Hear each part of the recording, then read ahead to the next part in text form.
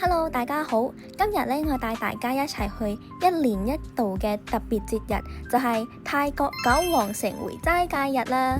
今年嘅節日時間就係10月21號至到29號，總共9日時間。呢一段時間呢，唐人街裏邊就會有好多街邊美食，好似小型嘉年華會，又有花車遊行。咁你哋嚟唐人街呢就好方便啫，只係搭 MRT 地鐵鬱蚊幹站1號門出口，一直行就到啦。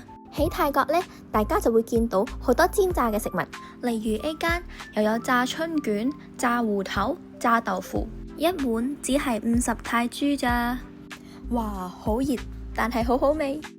大家見到 A 一間呢，就係泰國小食，泰文叫做 Khnom Bương，係有2種餡嘅，黃色呢就係椰子甜味餡，橙色呢就會帶少少鹹味蝦米餡。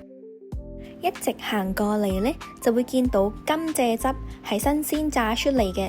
大家睇一間好吸引，係泰式甜品，分開細細盒賣，大家就可以同一個時間試好多泰式甜品啦。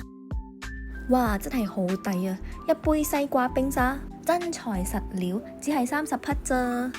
你哋一般見到啲油炸鬼呢，手臂咁長，但泰國唔係㗎，有一啲係鬢邊馬尾型，亦都有2隻手指咁大嘅油炸鬼嘅啫。而且呢個鑊真係好大好大個。雖然係食齋嘅日子，但係都有啲鋪頭有賣肉類嘅，因為個樣好吸引啊，所以我都想影俾大家睇下。最後 A 一間係一間裝修得好地道嘅甜品店，叫做爛豆腐，專門賣豆漿同埋豆漿帶嚟嘅甜品。咁今日就咁多先啦，拜拜。